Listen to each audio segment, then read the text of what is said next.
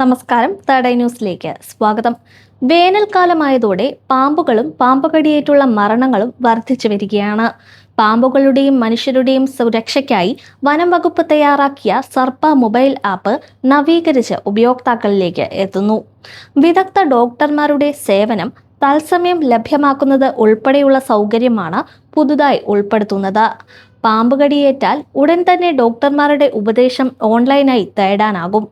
പാനലിൽ പരമാവധി ഡോക്ടർമാരെ ഉൾപ്പെടുത്താനാണ് ശ്രമം.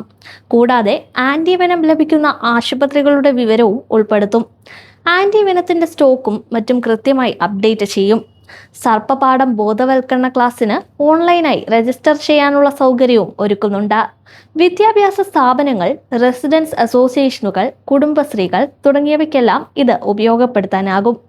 ആൻഡ്രോയിഡ് ഫോണുകൾക്ക് പുറമെ ഇത് iOS-ലും ലഭ്യമാകുമെന്നാണ് അധികൃതർ അറിയിക്കുന്നത്.